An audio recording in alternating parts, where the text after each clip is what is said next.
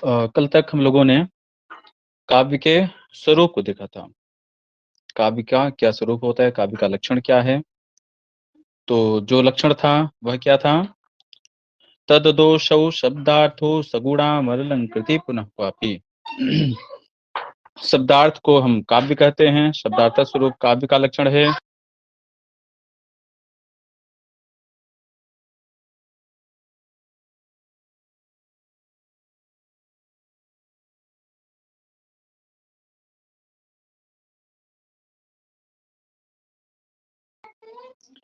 तो शब्दार्थ स्वरूप काव्य का लक्षण है, और वह शब्द कैसा शब्दार्थ हो?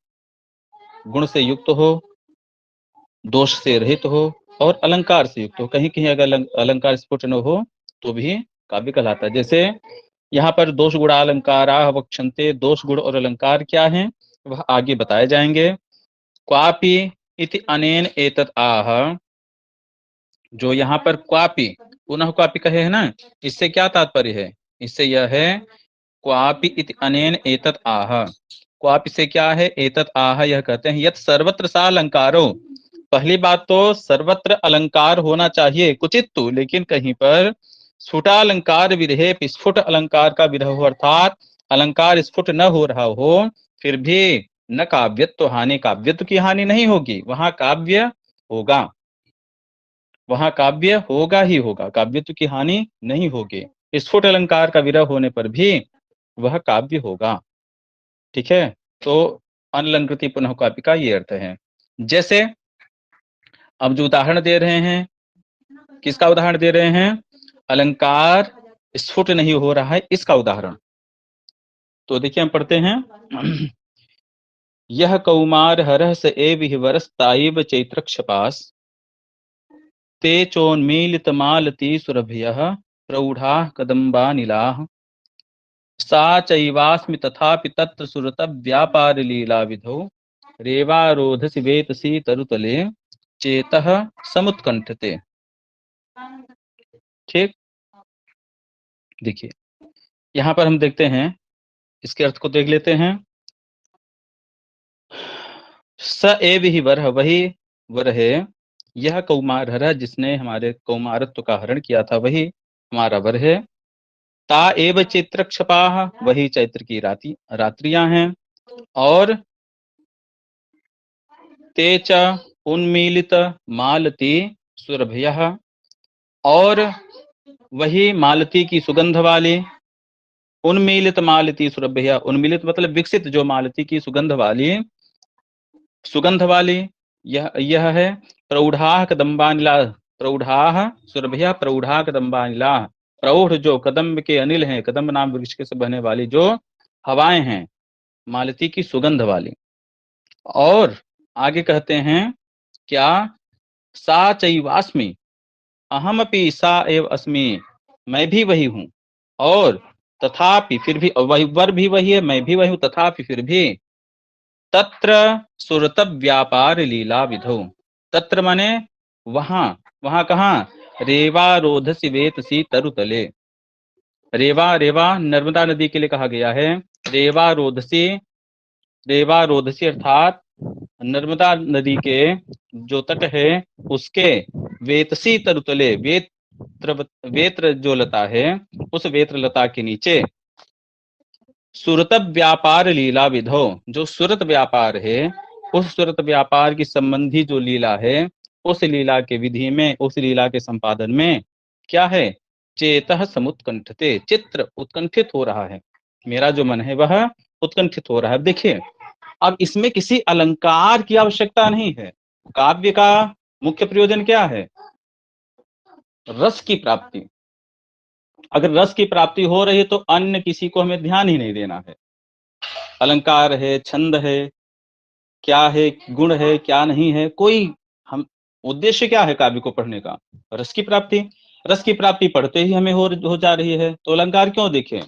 यहाँ पर अत्र न स्फुटो कश्चिद अलंकार, यहाँ पर कोई अलंकार स्फुट नहीं हो रहा है, न तो शब्दालंकार स्फुट हो रहा है, न तो अर्थालंकार स्फुट हो रहा है।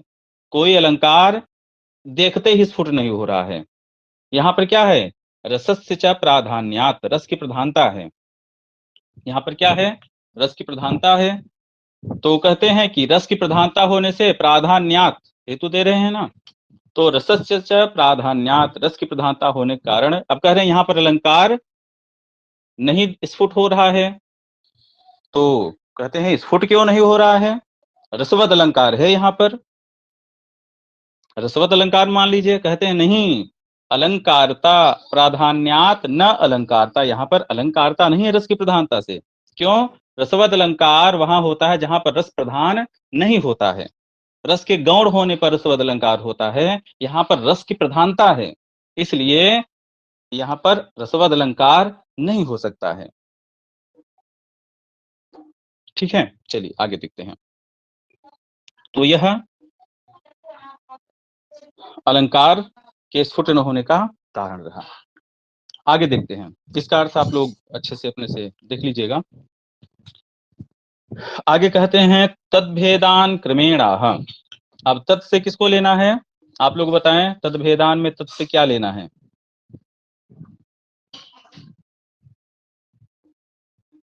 तत्काव्यम। तत्काव्यम, ठीक। तत्काव्यम तद्भेदान आह, काव्य का, काव्य के बारे में चर्चा कर रहे हैं, तो काव्य भेदान क्रमेण आह, अब काव्य के भेद को क्रम से कह रहे हैं। तो क्रम से कहने में हम उत्तम की तरफ हमारी दृष्टि जाती है। सबसे पहले दृष्टि हम किससे मिलना चाहेंगे, अगर किसी से मिलना चाहें, किसी की चर्चा करना चाहेंगे, तो सबसे पहले हम उत्तम की चर्चा करेंगे, उत्तम से मिलना चाहेंगे। तो प्रथम उत्तम काव्य, क्रम से कह रहे हैं, उत्तम मध्यम और अधम अवर। तो उसका लक्षण है इदमुत्तममतिशयिनि व्यंगे वाच्या ध्वनिर्बुधै कथितः। देखिए व्यंगे अतिशयिनी, ये सच भावेन भाव लक्षणम, ठीक है, सत सप्तमी। व्यंगे अतिशयिनी, व्यंग्य के अतिशय होने पर। अब अतिशय होना, न्यून होना किसी अन्य की अपेक्षा करता है। जैसे मैं लंबा हूं, तो लंबा होने के लिए मुझसे छोटा भी कोई होना चाहिए ना, वह छोटा है, छोटा होने के लिए उससे लंबा कोई होना चाहिए। तो अतिशयी, अतिशय है व्यंग किसकी अपेक्षा, वाच्यात, वाच्य की अपेक्षा। वाच्यात व्यंगे अतिशयिनी, वाच्य की अपेक्षा जहां पर व्यंग्य क्या हो जाए, अतिशय हो जाए, वहां पर इदम उत्तमम, यह उत्तम काव्य कहलाता है। वाच्यात व्यंग्ये अतिशयिनी, वाच्य की अपेक्षा व्यंग्य के अतिशय हो जाने पर इदम उत्तमम, इदम से हमें काव्य लेना है, यह भी सर्वनाम है, तो काव्य का ही बोधक होगा। इदम का, इदम अर्थात काव्यम उत्तमम, जिस काव्य में वाच्य की अपेक्षा व्यंग्य अतिशय चमत्कार करने वाला हो, वहां पर उत्तम काव्य होता है। और बुधई ही, बुध जनों के द्वारा ध्वनि कथितः, उसे ध्वनि कहा गया है। बुधई ही ध्वनि ही कथितः, बुध जनों के द्वारा उसे क्या कहा गया है, ध्वनि काव्य कहा गया है। ठीक, वृत्ति को देखते हैं। इदम इत काव्यम, इदम से हम यहां पर क्या तात्पर्य है, काव्यम, इदम काव्यम। और बुधजन हम किसे कहेंगे, बुधजन तो हम किसी को भी कह सकते हैं, जो वैयाकरण हैं, जो वेदांती हैं, जो नैयायिक हैं, ठीक है, जो रामानुजाचार्य वेदांत को जानते हैं, सभी बुद्धजन हैं। इतिहास जिन्होंने पढ़ा है सब बुद्धजन हैं। तो बुद्धजनों से यहाँ पर क्या लेना है, बुधई ही वैयाकरण ही। अन्यत्र अन्यत्र बुधई ही कहीं कई जगह प्राप्त हुआ है, तो हर जगह बुधई का प्रयोग अलग अलग रूप में होगा। जैसे अथ का, अथ कहीं पर आनंत आनंतर्य रूप में है, कहीं पर प्रारंभ रूप में है, कहीं पर किस कुछ रूप में है, ठीक है। तो बुधई वैयाकरण, यहाँ पर बुधई से तात्पर्य क्या है, वैयाकरण, वैयाकरण ही ध्वनि कथितः, इसी को वैयाकरण ने ध्वनि कहा है। ठीक, अब कैसे कहा है तो बताते हैं, इसको ध्यान से पढ़िएगा, ये जो पंक्ति आगे चलने वाली है इसको ध्यान से देखिएगा। देखिए अब यहां पर कह रहे हैं कि प्रधान भूत स्फोट रूप व्यंग्य व्यंजकस्य शब्दस्य। ठीक है, शब्दस्य ध्वनि इति व्यवहारः कृतः। शब्द के लिए उन्होंने ध्वनि ऐसा व्यवहार किया है। शब्दस्य ध्वनि इति व्यवहारः कृतः, शब्द के लिए उन्होंने ध्वनि ऐसा व्यवहार किया है। अब कैसे शब्द के लिए ध्वनि का व्यवहार किया है? तो शब्द का एक विशेषण है, प्रधान भूत स्फोट रूप व्यंग्य व्यंजकस्य, यह इसका विशेषण है। कैसा शब्द ध्वनि कहलाता है? तो प्रधान रूप है स्फोट रूप व्यंग्य। ठीक है, प्रधान भूत स्फोट रूप जो व्यंग्य है, उस व्यंग्य का जो व्यंजक है, शब्द क्या होता है? व्यंजक होता है। व्यंग्य क्या होता है? अर्थ होता है। व्यंजक शब्द, व्यंग्य अर्थ। ठीक है, व्यंजक अर्थ भी होते हैं जो हम तृतीय उल्लास में पढ़ेंगे। तो लेकिन यहाँ पर शब्द से हमें लेना है। व्यंजकस्य शब्दस्य, व्यंजक जो शब्द, किसका व्यंजक? व्यंग्य व्यंजकस्य, व्यंग्य का व्यंजक जो शब्द। कैसा व्यंग्य है? प्रधान भूत स्फोट रूप व्यंग्य। प्रधान भूत जो स्फोट रूप व्यंग्य है, उस स्फोट रूप व्यंग्य की अभिव्यक्ति कराने में जो समर्थ है। ठीक है, व्यंजक अर्थात अभिव्यक्ति कराने में जो समर्थ है, ऐसे व्यंजक जो शब्द। ठीक है, उस व्यंजक शब्द के लिए ध्वनि ऐसा व्यवहार उन्होंने किया है। व्यवहारकता किसके द्वारा किया गया है? वैयाकरण ही, वैयाकरणों के द्वारा। ठीक, चलिए आगे देखते हैं। ततस तन्मतानुसार भी अन्यैरपि न्यग्भावित वाच्य व्यंग्य व्यंजन क्षमस्य शब्दार्थ युगलस्य। अब यहां पर देखिए, शब्दार्थ युगलस्य, शब्दार्थ युगल के लिए ऐसा कहा गया है। किसके द्वारा? तन्मतानुसार भी, उनके मत का अनुसरण करने वाले जो अन्य ध्वनिवादी हैं, वैयाकरणों के मत का अनुसरण करने वाले जो अन्य ध्वनिवादी हैं, उन ध्वनिवादी आचार्यों के द्वारा। अब वैयाकरणों के का अनुसरण करने वाला कौन कौन है? जो साहित्य शास्त्र के आचार्य हैं। ठीक है, वो वैयाकरणों का अनुसरण करते हैं लगभग। तो तन्मतानुसार भी अन्य ही अपि, उनके मत का अनुसरण करने वाले जो अन्य साहित्य शास्त्र के आचार्य हैं, अथवा अन्य जो ध्वनिवादी आचार्य हैं, उन ध्वनिवादी तन्मतानुसार भी अन्य ही अपि, अन्यों के द्वारा भी शब्दार्थ युगलस्य, जो शब्दार्थ युगल है, उस शब्दार्थ युगल के लिए ध्वनि शब्द का व्यवहार किया गया है। यहाँ पर वैयाकरणों के द्वारा शब्द के लिए ध्वनि का व्यवहार किया गया है, लेकिन उनके मत का अनुसरण करने वाले जो अन्य आचार्य हैं, ध्वनिवादी आचार्य हैं, आलंकारिक आचार्य हैं, उनके द्वारा शब्दार्थ युगल के लिए ध्वनि शब्द का प्रयोग किया गया है। अब कैसा शब्दार्थ युगल? तो शब्दार्थ युगलस्य का एक विशेषण है, नियग भावित वाच्य व्यंग्य व्यंजन क्षमस्य। नियग भावित वाच्य, वाच्य जहां पर नियग भावित हो गया है, वाच्य जहां पर क्या हो गया है? नियग भावित अर्थात दब गया है, न्यून हो गया है, ऐसे नियग भावित वाच्य को व्यंग्य व्यंजन क्षमस्य, उस नियग अर्थ को, वाच्य अर्थ को दबा देने वाले जो व्यंग्य अर्थ है, उस व्यंग्य अर्थ की व्यंजना में जो समर्थ है, क्षम है, ऐसे शब्दार्थ युगलस्य।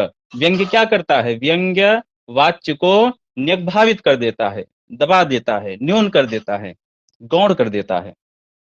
ठीक, तो अन्य जो आलंकारिक आचार्य हैं, ध्वनिवादी आचार्य हैं, उनके द्वारा नियग्भावित वाच्य व्यंग्य व्यंजन, व्यंग्य व्यंजनक क्षमस्य शब्दार्थ, व्यंग्य को व्यंजन व्यंगित करने में, व्यंजना में जो उसको प्रकट करने में समर्थ जो शब्दार्थ युगल है, कैसा व्यंग्य?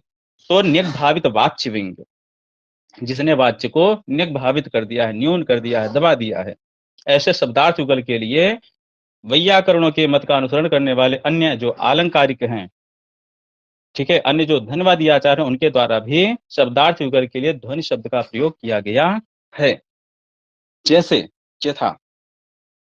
अब उदाहरण से समझाते हैं कि कैसे किया गया है। अब उत्तम काव्य का उदाहरण। अब देखिए, यह जो प्रथम आपका उल्लास है बहुत ही इंपॉर्टेंट है, बहुत ही आवश्यक है पढ़ने के लिए, क्योंकि यहाँ से अगर लिखित परीक्षा कहीं पर होती है, जैसे विद्या वारिधि प्रवेश परीक्षा है, तो प्रथम उल्लास से अवश्य ही एक प्रश्न बनता है। कभी कभी एक से अधिक प्रश्न भी बन सकते हैं। और जो हमारे अन्य परीक्षाएं हैं, अन्य परीक्षाओं में यहाँ से एक प्रश्न अवश्य ही आता है। ठीक है, क्योंकि इस यहाँ पर काव्य के हेतु, काव्य के तीनों भेद और जो षड प्रयोजन है, इसका वर्णन किया गया है, तो इसे ध्यान से पढ़ना है। अब देखिए, यहाँ पर उत्तम जो काव्य है उसका लक्षण हम लोगों ने पढ़ा। अब उत्तम काव्य का हम एक उदाहरण देखते हैं। क्या उदाहरण है, तो देखिए, निःशेषच्युत चंदनम स्तन तटम निर्मृष्टरागोधरो नेत्रे दूरमनंजने पुलकिता तन्वी तवेयं तनुः मिथ्यावादिनि दूति बांधव जनस्याज्ञात पीडागमे वापीं स्नातुमितो गतासि न पुनस्तस्याधमस्यांतिकम्। देखिए, अब यहाँ पर इसका अर्थ क्या होता है, इसके अर्थ को हम सामान्य रूप से देख लेते हैं। देखिए, तो यहाँ पर एक जो सखी है वो दूसरे के प्रति कहती है कि वापिम स्नातुम इतः, इतः मतलब तुम यहां से, वापिम स्नातुम गता असि, वापी में स्नान के लिए गई थी। इतः, अब असि लगाया है तो तुम को अपने आप लगा लीजिए। तुम इतः वापीम स्नातुम गता असि, तुम यहां से वापी में स्नान करने के लिए गई थी। ठीक, तस्य अधमस्य अंतिकम न, उस अधम के पास नहीं गई थी।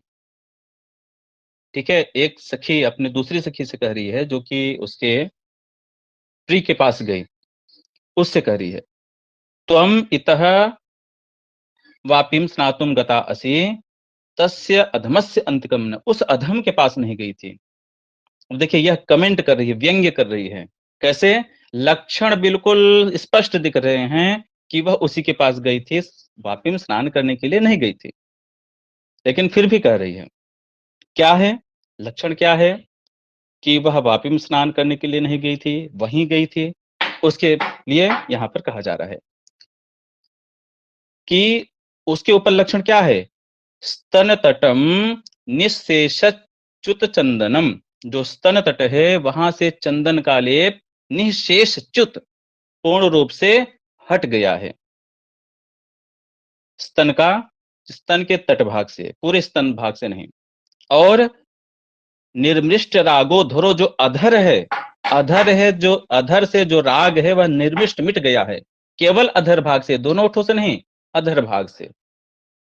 अधर केवल निम्न जो ओष्ठ होता है उसके लिए कहते हैं। तो अधर निर्मिष्ट राग, जो अधर भाग है वहां से जो राग है, जो लालिमा है, वह मिट गई है।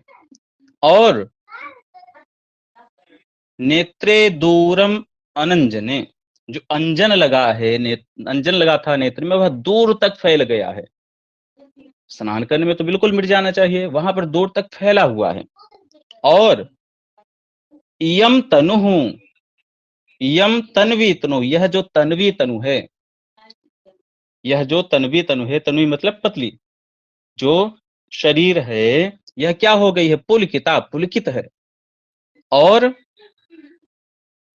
ऐसे लक्षण है तो मिथ्यावादिन दूती, दूती से कह रही है कि हे दूती, मिथ्यावादिन, तुम मिथ्या बोल रही हो। बात और कैसी है? दूती का एक विशेषण है, बांधव जनस अज्ञात पीड़ा गमे। अज्ञात पीड़ा गमे क्या है? यह संबोधन का वाचक है। अज्ञात पीड़ा गमा संबोधन है, वचन अज्ञात पीड़ा गमे दूती, हे अज्ञात पीड़ा गमे दूती। ठीक है, पी बांध जिसने पीड़ा के आगम को नहीं जाना है, किसके पीड़ा के आगम को? बांधव जनस्य, अपने बंधु जन के पीड़ा को नहीं जानने वाली हे दूती, हे मिथ्यावादिनी दूती, तुम इतः वापिम स्नातुम गतासि, तुम तो यहाँ से वापी में स्नान करने के लिए गई थी। तस्य अधमस्य अधिकम न, उस अधम के पास थोड़ी गई थी। यहाँ पर क्या है? अत्र तदंतिकम एव रंतुम गता असि, तुम यहाँ से उसके पास रमण करने के लिए गई थी। इति प्राधान्येन अधम पदेन विद्यते, यह अधम पद से व्यंजित होता है। ठीक, चलिए आगे देखते हैं। तो यहाँ पर जो व्यंग्य है, यहाँ पर प्रश्न देखिए कहाँ से आता है। यह इंटरव्यू में लगभग पूछा जाता है कि इस उत्तम काव्य में जो व्यंग्य है वह किसी एक विशेष शब्द से व्यंजित हो रहा है। वह शब्द कौन सा है? तो अधम पदेन व्यज्यते। पीजीटी इत्यादि के परीक्षाओं में यह प्रश्न पूछ लिया जाता है। अधम पद यहाँ पर ध्यान रखना है, अधम पदेन व्यज्यते। आगे देखते हैं। अब गुणीभूत व्यंग्य काव्य मध्यम काव्य, उसका लक्षण क्या है? अतादृश गुणीभूत व्यंग्यम व्यंग्ये तु मध्यमम, मध्यमम मध्यम काव्य होता है कब? अतादृशी गुणीभूत व्यंग्यम, व्यंग्ये अतादृशी, व्यंग के तादृश मतलब उसके समान होने पर, तादृश माने उसके समान होने पर, अतादृश मतलब उसके समान नहीं होने पर। अब उसके समान नहीं होने पर, किसके समान नहीं होने पर? तो इसके पहले जो उत्तम काव्य का लक्षण बताया गया है, उत्तम काव्य के लक्षण में क्या बताया गया है कि व्यंग्ये वाच्यात अतिशयिनी, व्यंग्य के वाच्य से अतिशय होने पर। तो यहां पर क्या हो गया? व्यंग्ये वाच्यात अनतिशयिनी, व्यंग्य के वाच्य से अतिशय न होने पर, व्यंग्य वाच्य से अतिशय न हो तब गुणीभूत व्यंग्यम, गुणीभूत व्यंग्य काव्य है और उसे मध्यम काव्य भी कहा जाता है। व्यंग्य क्या हो गया? वहां पर गुणीभूत हो गया, व्यंग्य वाच्य की अपेक्षा अतिशय नहीं है। अतादृशी से यह शब्द आ रहा है कि व्यंग्ये वाच्यात अनतिशायिन, व्यंग्य के वाच्य से अतिशय न होने पर गुणीभूत व्यंग्यम, गुणीभूत व्यंग्य होता है, व्यंग्य गुणीभूत हो जाता है, अथवा इसका नाम ही गुणीभूत व्यंग्य काव्य होता है, उसे हम मध्यम काव्य भी कहते हैं। आगे नीचे बता रहे हैं कि अतादृश से क्या तात्पर्य है? अतादृशी वाच्यादनतिशायिनी, अतादृश का तात्पर्य है वाच्य से, वाच्य की अपेक्षा व्यंग्य के अतिशय न होने पर। इसका एक उदाहरण देते हैं, यथा जैसे कि ग्राम तरुणम तरुण्या नववंजुल मंजरी सनाथकरम पश्यन्त्या भवत मुहुर्नितिराम मलिना मुखच्छाया। यहाँ पर जो इया है, इया के स्थान पर ए बन गया है, तो उसको हम एक स्थान पर इया ही समझेंगे। ठीक है, तो इसको देखते हैं। अब यहाँ पर जो व्यंग्य है वह व्यंग्य वाच्य की अपेक्षा अतिशय नहीं है। इसका अर्थ क्या है? तो यह जो है एक गांव है, गांव में कोई तरुणी है, तरुणी ने तरुण से, बालक से उससे मिलने के लिए कहा था, एक स्थान पर जहां पर वंजुल लता है वहां पर मिलने के लिए कहा था, और वह कह करके भी नहीं गई। अब वह वहां से लौटते हुए उस वंजुल लता की एक टहनी तोड़ करके, एक डाली तोड़ करके घुमाते हुए चला जा रहा है उसके सामने से, और उसको दिखाते हुए चला जा रहा है कि मैं गया था और तुम नहीं आई। तो यहां पर क्या हो रहा है? तरुण्या मुखच्छाया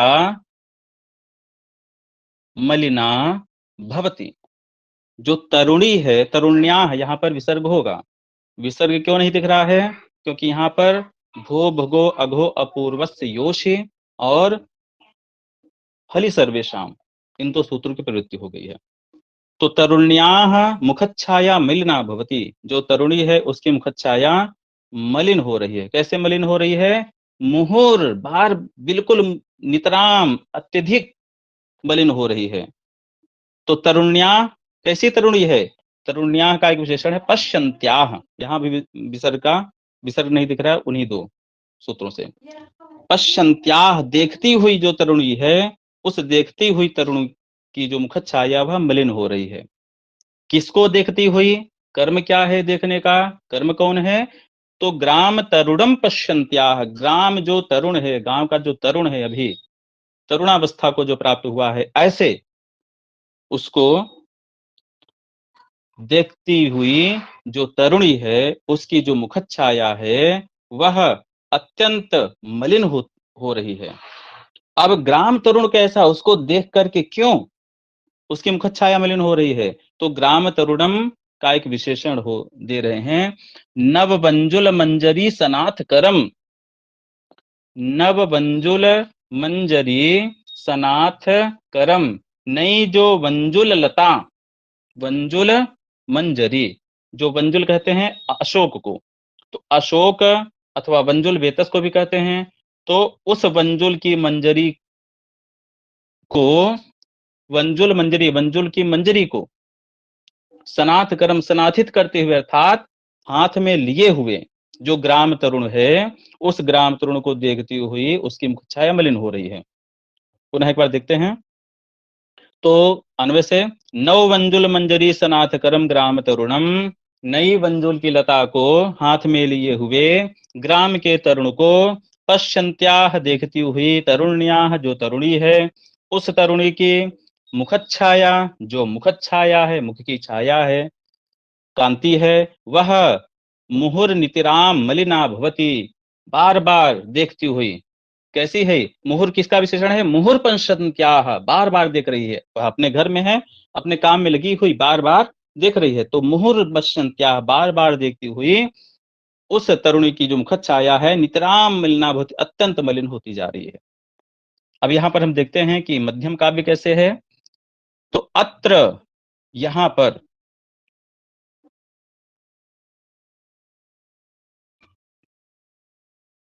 अत्र, यहां पर अत्र अर्थात इस श्लोक में, वंजुल लता गृहे दत्त संकेता, वंजुल लता के गृह में संकेत दिया गया था। संकेत अर्थात यह हमारा संकेत है, यहां पर हमें मिलना है।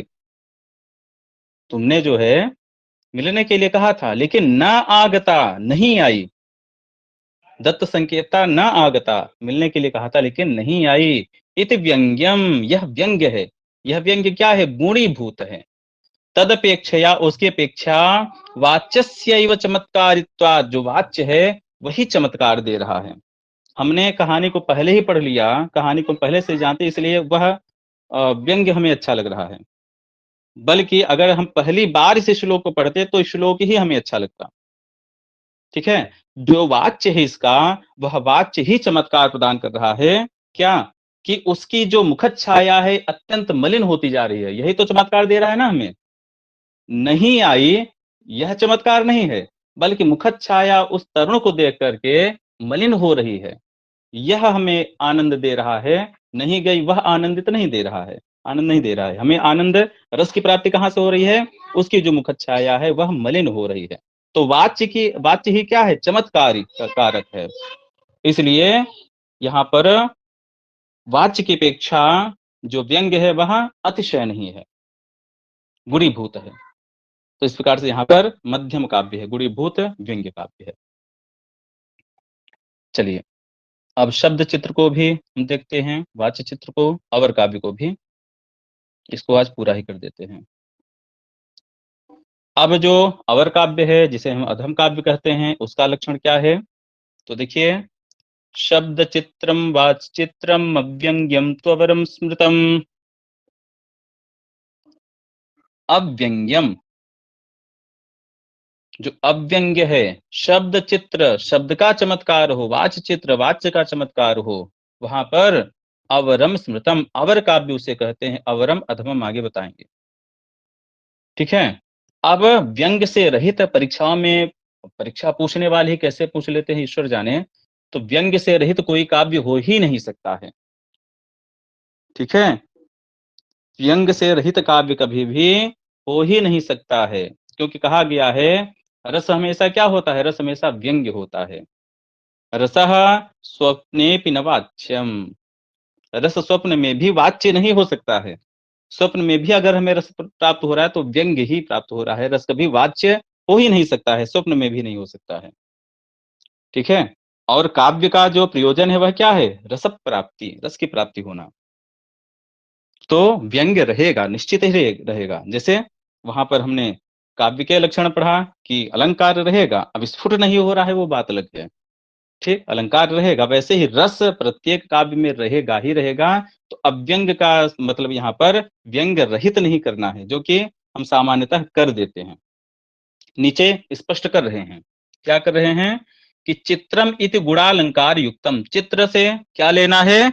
गुण और अलंकार से युक्त हो। ऐसा काव्य जो गुण से और अलंकार से युक्त हो, वह अगर शब्द की विचित्रता है, शब्द का चमत्कार, तो शब्द चित्र, वाच्य वाच्यार्थ का चमत्कार है तो वाच्य चित्र। ठीक है। और अव्यंग्यम से लेना है अव्यंग्यमिति स्फुट प्रतीयमानार्थ रहितम, जो स्फुट प्रतीयमान अर्थ है उससे रहित हो। प्रतीयमान अर्थ तथा व्यंग्य, स्फुट न हो व्यंग्य, उससे रहित हो। तो क्या होता है? शब्द चित्र अथवा वाच्य चित्र, अवर काव्य होता है। अवरम अधमम, अवर कहते हैं अधम काव्य को। ठीक, जैसे उदाहरण देते हैं यहां पर। अब यहां पर देखिए, इस काव्य को पढ़ते ही हमें रस की प्राप्ति हो जाएगी, कुछ इसका अर्थ ही हमें नहीं प्राप्त होगा, फिर भी बिना अर्थ के पढ़े इससे हमें रस की प्राप्ति हो जाएगी। जैसे पढ़ते हैं इसको। स्वच्छंदोच्छल दच्छ कच्छ कुहुरच्छाते तराम बुच्छटा मूर्छन मोह महर्षि हर्ष विहित स्नाना निकाहनाय वह विद्या दुद्य दुदार दर दुर्दरी दीर्घा दरिद्रद्रुमद द्रोहोद्रेक महोर्मि में दुर्मदा मंदाकिनी मंदताम। देखिए यहाँ पर जो शब्द संरचना है वही हमें आनंदित कर रहा है। यहाँ पर अनुप्रास अलंकार है, गुण है, सब कुछ है। ठीक है, रस भी है, रस भी यहाँ पर है, रस तो हम प्राप्त ही हो रहा है। तो जो व्यंग्य है, व्यंग्य भी है। अब इसके अर्थ को हम नहीं जानेंगे क्योंकि अर्थ से यहाँ पर कोई प्रयोजन है ही नहीं, अर्थ हम लोग अपने से देख लेंगे। ठीक है, क्योंकि यह शब्द चित्र है, शब्द से ही चमत्कार हो रहा है। अगला उदाहरण है अर्थ चित्र का। अर्थ चित्र का उदाहरण क्या है? विनिर्गतम मानदमात्म मंदिरात भवत्युपश्रुत यदृच्छयापियम ससंभ्रमेन्द्र द्रुतपातितार्गला निमीलिताक्षीव भियामरावती। देखिए यहाँ पर अर्थ का चमत्कार है, वाच्य का चमत्कार है। देखते हैं कैसे वाच्य का चमत्कार है यहाँ पर। तो अमरावती, जो अमरावती है, भिया, भिया अर्थात भिया जाता, अमरावती भिया जाता, जो अमरावती है वह भय से युक्त हो गई है। अमरावती भय से युक्त हो गई है। कैसे भय से युक्त हो गई है? तो देखते हैं यहाँ पर जो हयग्रीव है, हयग्रीव का बहुत आतंक हो गया था। तो हयग्रीव जिस दिशा में चलता उसी दिशा में लोग उसी दिशा से द्रुत पाति तारगला, अर्गला डाल देते। अर्गला अर्थात दरवाजे को बंद कर देते। अर्गला कहते हैं पहले बड़े बड़े फाटक हुआ करते थे, लकड़ी के फाटक। ठीक है, अगर बहुत पुराने गांवों में आप गए हो, वहां पर अगर कहीं बड़ा फाटक लगा हो तो बड़े फाटक को बंद करने के बाद उसके जस्ट पीछे एक बड़ी सी लकड़ी लगाई जाती थी ताकि उसको कोई खोल न पाए। उस फाटक के जस्ट पीछे जो बड़ी सी लकड़ी, दीवार दोनों तरफ दीवार में छेद करके उसमें फंसा दिया जाता था। तो उस लकड़ी को क्या कहते हैं? अर्गला। जैसे आज हमारे हमें दरवाजे बंद करने के लिए लोहे के वो अर्गला हैं। ठीक है, और लोहे का क्या है जिससे हम बंद करते हैं दरवाजा, वह अर्गला ही कहा जाएगा। ठीक, तो अर्गला, द्रुतपातित अर्गला, अर्गला डाल देते थे जो देवतागण थे। इसका हम अर्थ देखते हैं। तो हम्म विनिर्गतम निकल करके, यदृच्छया अपि मतलब इच्छावश, यदृच्छया अपि यदृच्छावश घूमने के लिए, यम जिस दिशा में निकल करके वह जाता, मानदम आत्म मंदिरात, आत्म मंदिरात अपने मंदिर से, मानदम अर्थात मानदह, विनिर्गतम मानदम, उपश्रुत्य, उपश्रुत मतलब सुन करके जान करके वह निकल गया है। तो मानदम मानद यहाँ पर हयग्रीव के लिए, शत्रुणाम मानव अभिमानम दति खंडयति इति मानदः, अथवा मित्रों को जो मान, मित्रेभ्यो मानम आदरम ददात इति मानदः। मानद यहाँ पर शत्रु वहां पर हयग्रीव के लिए है।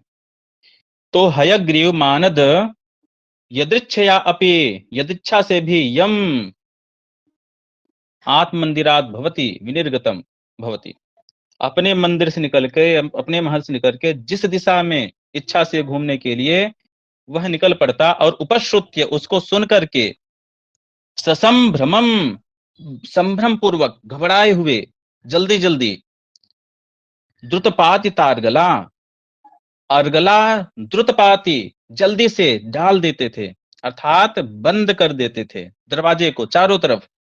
ऐसी अमरावती भिया, जो अमरावती है वो भय के कारण निमीलिताक्षी इव भवती, अक्षी मतलब की आंख, निमीलित मतलब की निमीलित कर ही आंख को बंद कर ली है। जैसे डर के कारण कोई नायिका अथवा शेर सामने आ जाए किसी बच्चे के सामने, तो बच्चा क्या करेगा, आंख को बंद करके एकदम दुबक जाएगा। वैसे ही जो अमरावती है वो मानो भय के कारण निमीलिताक्षी इव भवती, भय से आंख को बंद कर ली है, इस प्रकार से। तो यहाँ पर चमत्कार है, किसका चमत्कार है, वाच्य का चमत्कार है, कोई व्यंग्य इत्यादि यहाँ पर नहीं, वाच्य से ही चमत्कार यहाँ पर हमें प्राप्त हो रहा है। तो यहाँ पर वाच्य चित्र है, और यह अवर काव्य का उदाहरण है। ठीक इस प्रकार से जो काव्य प्रकाश है उसमें प्रयोजन कारण स्वरूप विशेष निर्णय नाम प्रथम अध्याय पूरा होता है। चलिए आज इतना ही। कोई यदि प्रश्न हो किसी का अथवा कोई बात हो तो अब हम उस पर चर्चा कर सकते हैं।